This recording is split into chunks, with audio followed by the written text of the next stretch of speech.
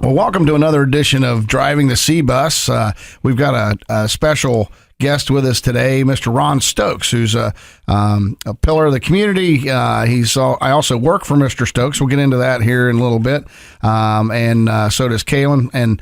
But we're really excited to have Ron here, who's a local legend, entrepreneur, father, grandfather, and all-around good guy. So, Ronnie, welcome to the program. I am very excited about being on the program today, and thank you for all those complimentary things you said about my company and myself. Well, you're welcome. Now, you kind of a household name here in town, right? I mean, because back in with the Buckeyes, you played. I got to start with the Buckeyes. So you played for basketball for Ohio State, and obviously did really well. You played with Troy Taylor and Granville Waiters and all those guys. Tell me about those days and what was that like, that experience at Ohio State? Well, I'm an Ohio native. I'm born and raised in Canton, Ohio, back in 1963. Go Bulldogs. Yep. There you go, Kaylin. So I was very obviously excited when Ohio State offered me a scholarship when I was playing at Camp McKinley, and I was looking at some other Big Ten schools, but Columbus was my home. From my second home, I should say, because my mom was going to be able to drive to the games, my family and friends, and then, of course, my girlfriend, Levita, at the time, now my wife for 36 years. So that was important, too. But, so I came down to Columbus and started right away, and I was able to get out there and play and had some productive years, had some great teammates, as you just mentioned, and it was a fun time. And as I said, Columbus is basically my second home. My second hometown, as I call it. So I love being down here and living and raising my family. That's wonderful. I know there's a lot of, let's say, assumptions about what it might be like to be a college athlete, especially one at The Ohio State University. Tell us a little bit about what that experience is like, outside of the fun, shiny moments that you have. Well, clearly it's different now because of social media. You know, back when I played, it didn't have the internet and any of those things. And maybe that was a good thing, right? Didn't get in trouble with texting and saying some things you regret. But it clearly you're still in a bubble because let's face it, Ohio State is one of the most recognizable universities in the entire world in terms of from their academics and athletics. So when you go there to play basketball, Kaylin, you're definitely going to be looked at and watched, and every day you're on TV, you're on the radio. And so you have to make sure that you're taking care of your business, right? Make sure that you're doing what you need to do as a student athlete. And you don't want to do anything to embarrass mom and dad back home. Mm-hmm. So you had to really make sure that you're doing the right thing. How do you think, in the time of name, image, and likeness, which is something that you helped us get involved with, Ronnie, I don't know if anybody knows the story of that, probably not. But Ron called me, I've been thinking about doing it, and Ron called me, it's been some time ago, and said, hey, Scott, we really ought to probably get onto this name, image, and likeness thing. We got some quality kids that could really help carry a message, and that's about all I needed to hear. And so Ron made a couple introductions. We negotiated some stuff, and now we're in the name and image and likeness space, I guess, not the business, but the space with some quality people, Haskell Garrett and EJ Liddell. Yeah, it's interesting, being on the board, and obviously my role in that position is to bring innovation and bring some ideas and so forth. And obviously, when the name and likeness came about, I said, Scott, you need to consider it. And then obviously you took the lead and reached out to those guys and figure out what was needed on both sides, and collectively the parties agreed on something. And I'm excited that there's a number of athletes who are taking advantage of that all over the country, and specifically Ohio State. And even in talking with Gene Smith, I know there's something that he stands behind that. And the fact that these student athletes are able to benefit from their name and their likeness, that's a good thing. Everybody wins in that if it's done the right way. Exactly. Yeah, and we're trying to do it the right way as well, with our Bank On Community Banking Relationships Matter campaign. And so far we've already had the athletes out to some schools talking to young people about the positive things that can happen in your life if you have a relationship with your community banker, and the importance of financial education and all those things. And as a student athlete, you had somebody that was a mentor to you, right? In this area, and that's why you've kind of become an entrepreneur, or one of the impetus reasons why you became an entrepreneur and doing the things you're doing today. Yeah, great point, Scott. In anything that you do in life, you need other people to help you. I don't care whether it's in Amen. business, whether it's in school and whatnot. And I had the incredible opportunity to meet a guy by the name of Doug Simpson, who's a local bank owner here in town, and I met him when I was about 18 years old, and he First City Bank, by the way, folks. Yep, Good community bank right here in our community. Yep, First City Bank, and at the time they had a mortgage company too, and so Doug did a bunch of things for me. He helped me study through some really difficult classes. And accounting and statistics. I had some tough ones with that. Accounting 211 and 212. Statistics 133, I think it was. And he helped me get through those classes. But more importantly, he gave me some guidance in terms of what I need to do in my development as not only an athlete, but as a person. And I worked for his bank part-time to make some extra money. And at that point, Kaylin, you were not allowed to work during the season.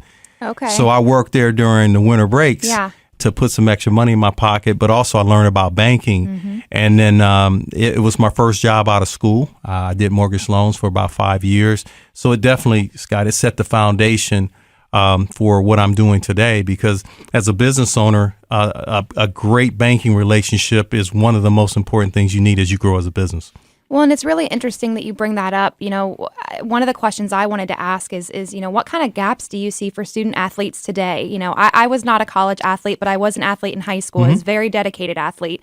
And one of the things that I struggled with was, who are you when you're no longer an athlete? Yeah. And how do you bridge the gap between being an athlete and being a professional? And you said something earlier about, being a student athlete kind of comes with the turf of kind of a sense of professionalism. Mm-hmm. You don't want to embarrass mom and dad. You are representing the school. Tell me a little bit about, how did you bridge that gap, and how can this name, image, and likeness program kind of help students today? Yeah, one of the things that most, I don't say this negatively, but most regular students who are not athletes don't realize is the demands. I mean, obviously, just being a student, there's tremendous demands on getting good grades and going to class every day and studying and being properly prepared to take tests and all those things. And I never forget the Saturdays and the Sundays. I would be walking across the oval, and I would see students taking a little break and whatever, and I would like, man, I wish I could I could take a break. Yeah. I got to get to the gym. We had practice, right? We had practice. So many days you wake up early, you go to class all day, and then you go to practice. You practice for 2.5 hours. And if you're injured, you get nicked up, you get treatment. Then you go to a training table, and then you go home and study. And then it starts all over again on Monday through Friday, and then Saturday and Sunday. And then you throw in the fact that you're traveling, missing class. Again, I'm privileged that I played. I'm not, saying that there's anything negative about that, but there's tremendous demand. It's different. I think the most important thing as a student athlete is just balancing your schedule and making sure that you are allocating what you need to do as a student athlete. But ultimately, what happens is that transitions into your life after basketball, because you can take some of those skill sets and make sure that you utilize them in life. What do you think some of the most important skill sets that you gained from being a student athlete were that kind of led you to where you're at and the success you've seen since? Biggest thing is discipline. Yeah. Discipline and understanding sacrifice, right? As a freshman, especially if you play on a good team, you're not going to play as much as you like, so you got to understand patience and working hard and getting through some of that stuff, because there's tough days. You're in practice 2 hours, you get beat up on every day with the juniors and seniors, and you're not playing as much as you like. And then the other thing is being coachable, because you had a head coach, you got assistant coaches, you got teammates, and so that helps you in a work environment, right? Because you got to be able to work with other people. So those are the two things that I really benefited from being a student athlete. Now you are broadcasting, right, with the Buckeyes on 1460 The Fan 97.1. Tell me about that whole thing. I mean, hanging out with Skip and Paul Keels. and Paul Keels and those guys. I mean, and talking about all the different things that happen with the basketball program. That's really got to be rewarding. Oh man, hopefully I got this right. You're number 25 for me as the analyst. Wow, it's a fun it's your gig. Silver anniversary. Yeah, it's a fun gig. And one of the things about being a student athlete, Kaylin, is that, especially at Ohio State, you're going to have to talk to the media as part of the dig. Ohio State sports is pretty important around here. People want to hear what you got to say. So it was natural for me to talk. and articulate my thoughts. And so once I graduated from Ohio State, the station called me and asked me to do some interviews from time to time, and it was natural for me, and I enjoyed it. And then that led to pre and post game position, and then ultimately they offered me the position to be the analyst, and I took it, and I haven't looked back. And what kind of preparation? People just tune into the game, right? And they get their beer, bowl of chips, and sit down and start watching the game. But you can't do that, right? I mean, before you go into a game, you have to prepare and such. So what kind of preparation goes into a game during the week? Yeah, it's just like anything else. You learn the disciplines of preparing for anything, whether it's studying for a test or preparing for a big presentation for a sale. You have to make sure that you do the homework. And so, again, thanks to the internet, I can go on and pretty much do any search I want.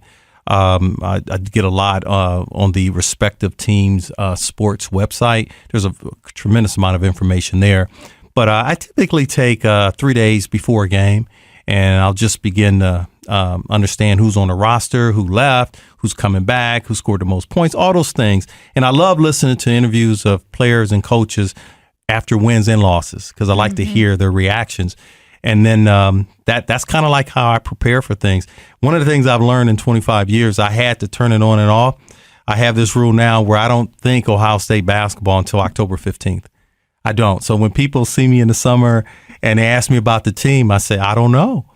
Who did they just recruit? I said, I don't know. I turn it off after the last game in March or April, hopefully in April.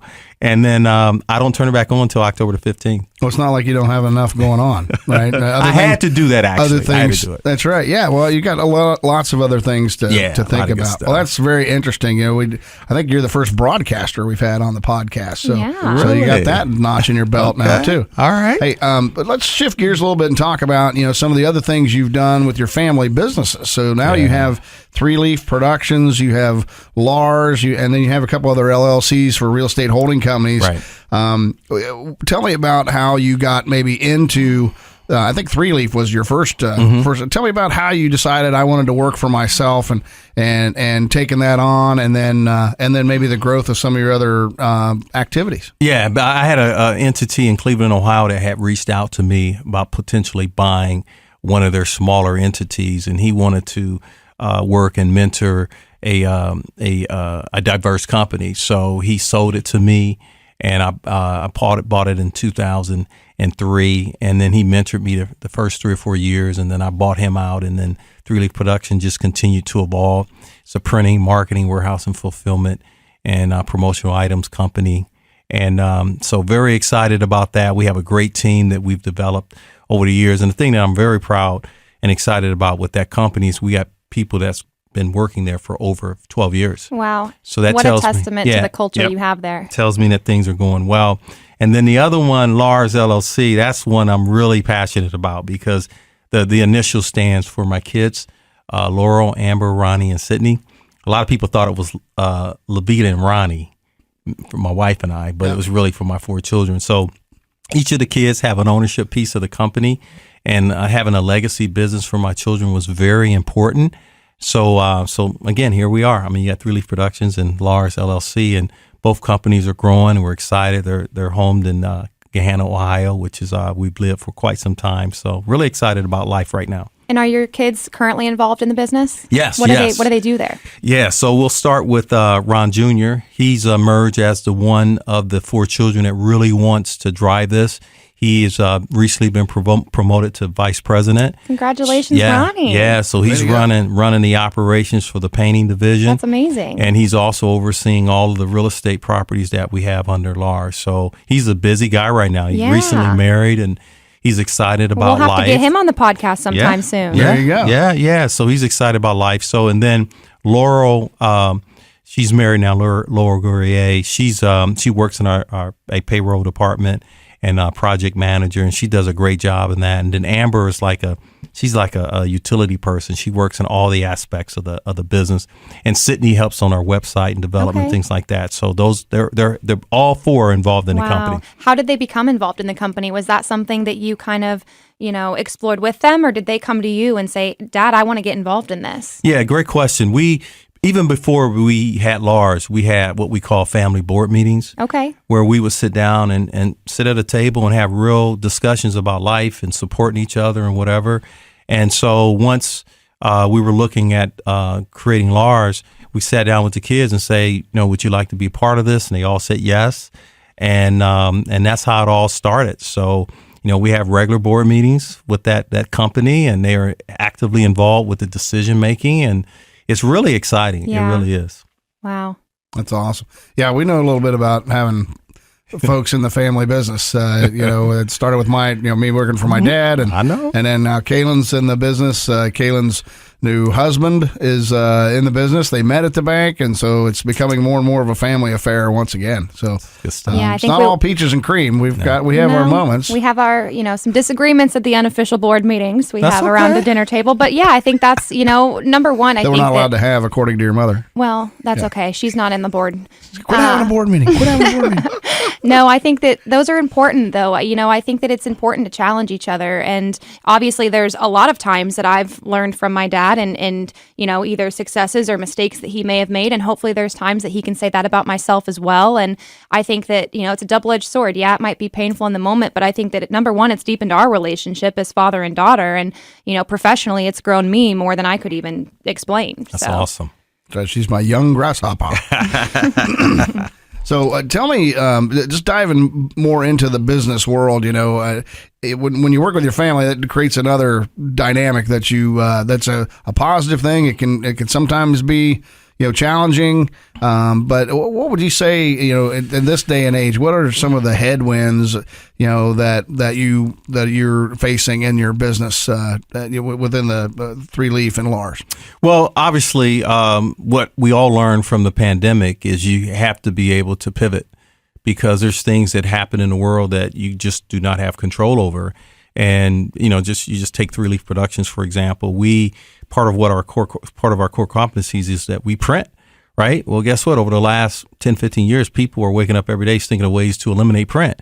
So you have to evolve your business to make sure that you're still relative and you can bring value propositions to your client. So I think the biggest challenge in any business, and especially ours, is that we got to continue to evolve, continue to find ways to help our clients understand our customers and make sure that we're bringing value to them.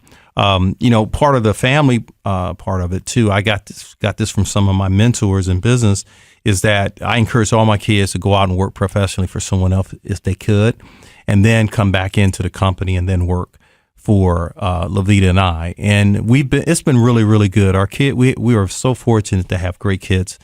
They get a great head on their shoulders, and they respect us. They understand a lot of things that I think well beyond their years right now. And I think that's really helped Levita and I be good owners, because our kids respect us, and they've done a great job. Now, you talk about, right now the big issue with labor. Mm-hmm. You talk about COVID, and we're coming back from COVID, and what are some of the challenges that you have there, finding qualified people to keep in the ranks and get the work done? Has been disruptive on the Three Leaf Production side. But on the LARS LLC side, it has been. We have a division that's in painting, and then when you paint, you need individuals who can paint, and the labor world has definitely been disrupted. So we had to make sure that we identify people who could do or meet the expectations that we want, and to do a great job. It's a continual battle. I've had many discussions with Ron Jr. and some of my other colleagues in the business about how do we continue to find labor? How do we continue to evolve? Our painting personnel right now, their aggregate age is in the 50s. And so we have to find younger guys who want to be in that space and then continue to train them. So that's going to be the most important thing for us from a painting standpoint. And where are you looking for talent like that, especially, with the younger generations? Do you go to career fairs? Are you just getting referrals? How are you looking for those individuals? Man, that is a great question, and it's a challenge. Ron Jr. and I, we sit down quite a bit about that very subject. I've challenged him to go out and reach out to the counselors at the various schools, Gahanna as well, and just trying to identify individuals who may have an interest. the one thing, unfortunately, about painting is that it's not quote unquote a glamorous thing, right? Do you, as a 16 or 17-year-old, do you wake up saying, "Man, I want to be a painter"? Right. No, they want to do something else that might be a little bit more exciting. But what you find out, especially in the construction trade, you can make some very, very good money. Absolutely. Especially with what's getting ready to happen in the country. With, as you said, Scott, this labor disruption, there's some great opportunities to make good money. So that's what we try to do. It's like, hey, not that money is the most important thing. It's not. But it is important, though. So we try to say, look, if you want to do this, here's the opportunity of how much money you can make. And if this is important to you, a part of what's important to you, you can do that or obtain it in painting. And are you ever, are you having the conversations of, hey, look, you can be a painter without having to be a career painter. Right. Maybe this is just a stepping stone where, you're getting yourself through college, or maybe you just don't know what you want to do yet and you're not going to college and you don't want to spend the money to do that, but you need an income in some other way. Yeah, we talk about that. We do have some individuals that has taken on that role where they're kind of like dipping their toe in it a little bit. And there's positions on jobs where you don't necessarily have to paint all the time. You can do some other things, clean up, demo, and things like that. And then they'll figure it out if they want to do it long term. Mm-hmm. So we're looking at every aspect because it's really a challenge, and not just for painters, but in the construction industry to find qualified individuals, especially on the younger side, who want to be in this business and thrive in it. Painting has their stair steps of people too, just like electricians have journeymen and such and so forth. I mean, to know how to paint the right way is an art. Oh, it takes time. And you can, My husband you don't can't waste paint as for much. Shit, so. I know. I'm like slap it up there. I'm not a trim guy. I'm like, give me the roller. I'm your guy. Well, that's why we're in the business. Exactly. That's right. Guys like me have no skill.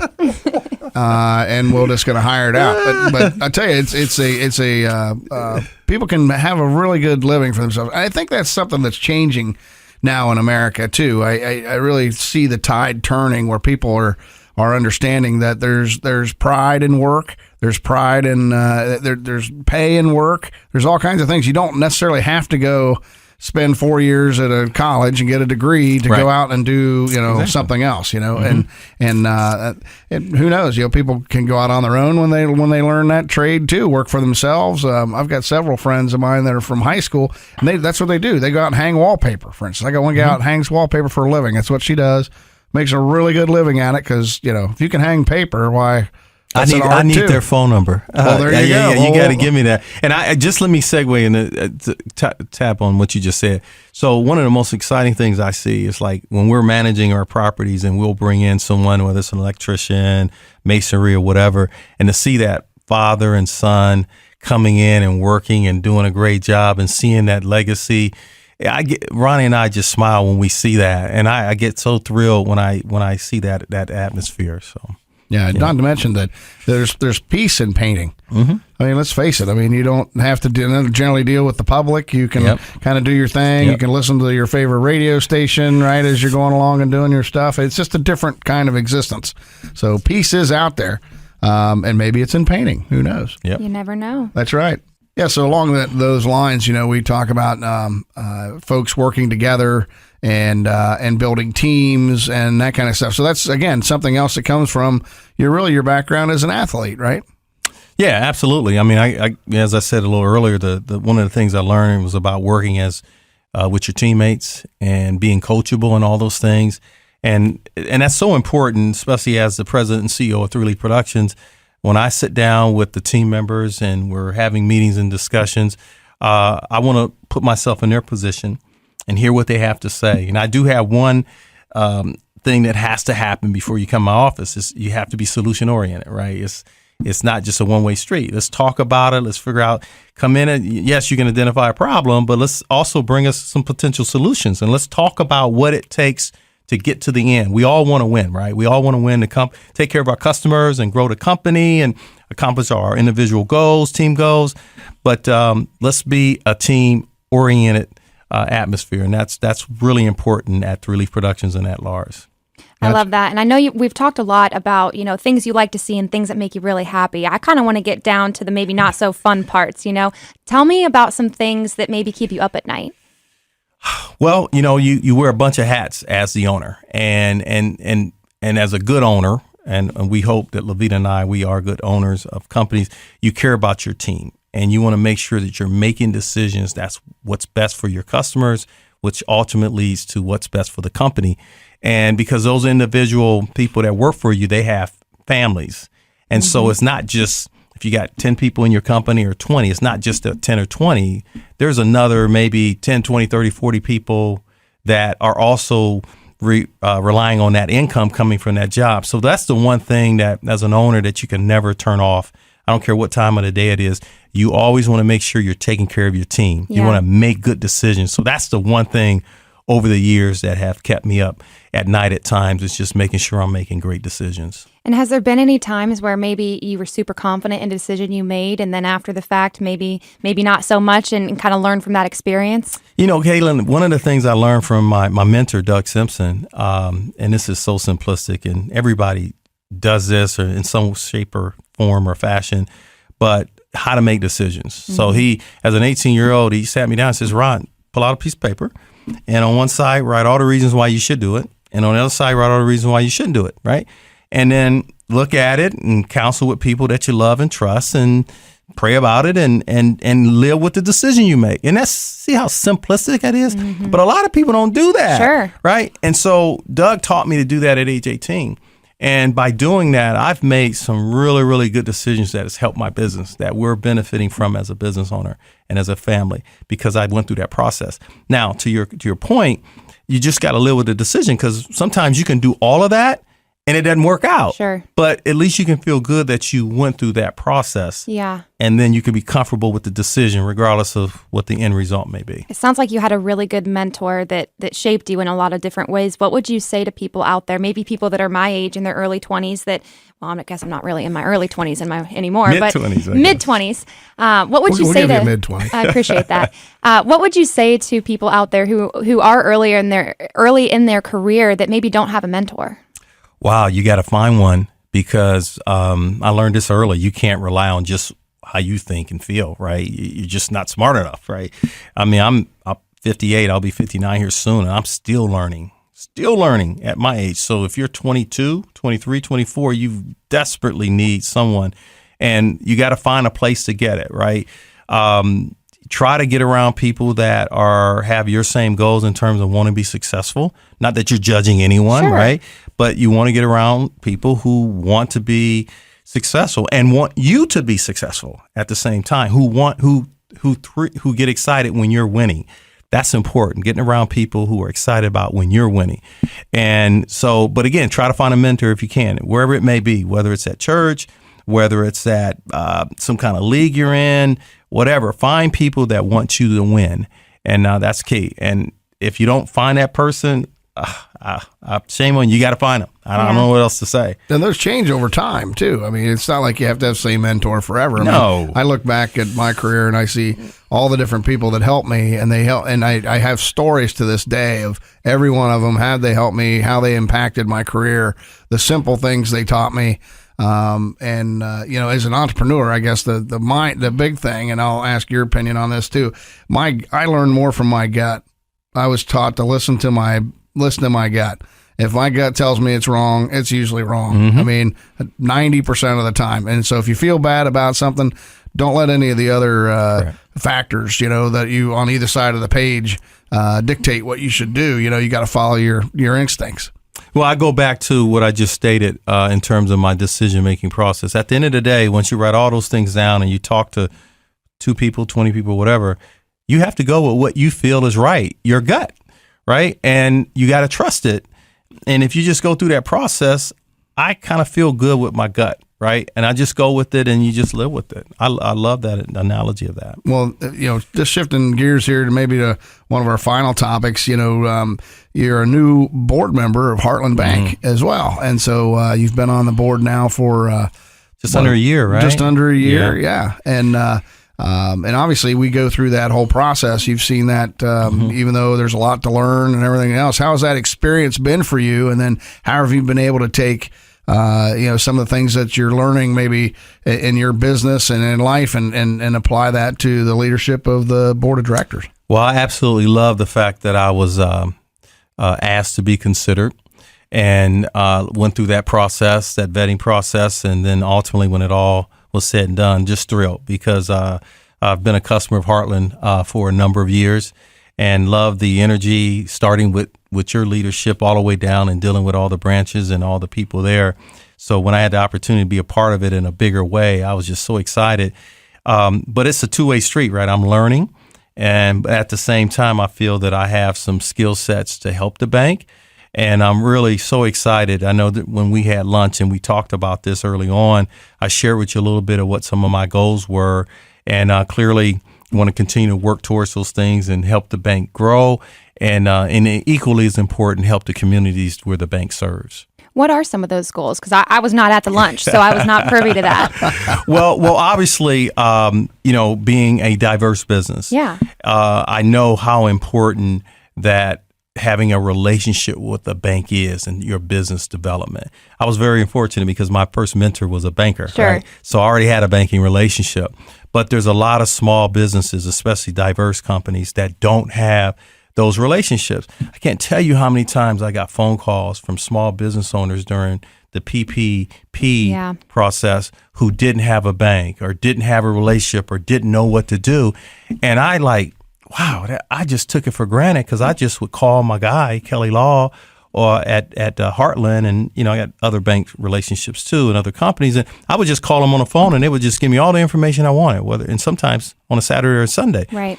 A lot of small, diverse businesses don't have those relationships. Yeah. And I just took it for granted. So one of the things that I talked about with Scott is making sure that in my role that we have some type of vehicle or some type of strategy to help those small, diverse companies. Absolutely. I love that. No, I see that all the time. For a short period of time, I managed our Clintonville office. And if there's anything that I learned about Clintonville is that there's a lot of mom and pop shops around there.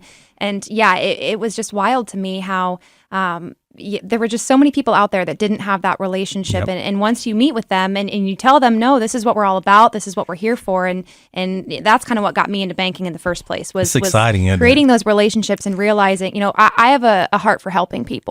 And I always thought growing up that, you need to be a doctor, you need to be a vet, you need to be all these different things, which required a lot of schooling. And we already talked ahead of time. I'm not a school person. I don't do well in a classroom. And so I kind of thought, well, there's no real way I can help people. And this was a way that we could do that. So I heard a marketing line there. I have a heart for helping people. There we go. We got to write that one down. That's why we came up with, relationships matter, bank on community banking, because that's really what it's all about. Yeah, having those relationships generally, whether it's banking or anything else, that's really what makes the world go round. Yep. Paying homage to those that help us down life's road and treasuring those relationships, learning from our mentors, all those things are put together is what makes us whole and who we are. When I love that was one of your goals too as a board member. I think that's also super important is not only, yes, how can we get Heartland's name out there, but it's more than that. It's how can we help the people that truly need the help. Mm-hmm. Now, Ronnie and I, just so you know how we met, okay? Now, we didn't meet in college because Ronnie didn't hang out on High Street like I did with all the other students.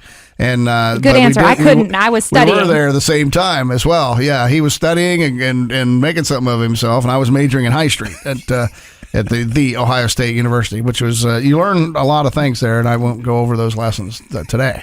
But no, actually, we kind of hooked back up one day playing golf, I think, and that was during the Calcutta event at Jefferson Country Club, which is like the big money tournament. And so Ron signs up for this tournament and really doesn't know what he's getting into. And it's a 2-day tournament. Everybody's required to bet like $200.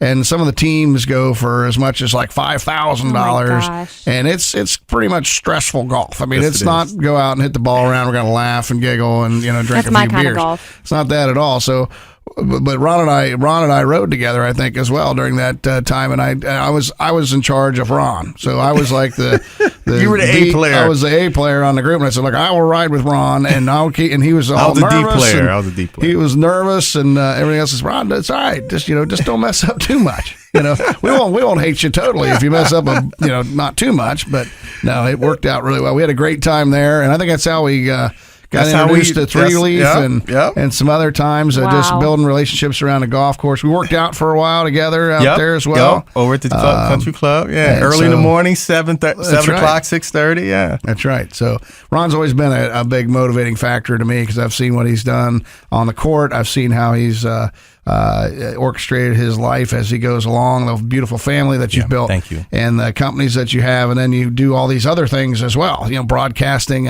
and property management and the whole 9 yards. And that's another reason why I thought you'd be quality material to help lead the future of Heartland. Yeah, thank you. And as you said, Kaylin, I'm from Canton, Ohio, and a bunch of our former athletes from Canton, we've gotten together, and we had a big food giveaway last year, gave over 1,000 turkeys in December. We're going to do it again this year. That's awesome. So giving back to my hometown. I mean, I was almost crying when I saw the long lines of people coming up and getting food last year. And it just makes you feel good. Going back to my days as a mortgage banker where I would help people get loans and they would sign and close on their houses. And then now as a business owner helping customers, it's just come full circle. That's wonderful. Well, we're really glad you could join us today, Ron, sharing your life story and a lot of the wisdom that you've gotten over the years from Mr. Doug Simpson at First City Bank. So need another good community bank in Central Ohio, go see Doug. I know him well, and Charlie Cecil, his CEO. We served together on the CBAO board, so I know Charlie very well as well. So thanks again for coming in, and appreciate you driving the bus. I'm glad to be a part of it.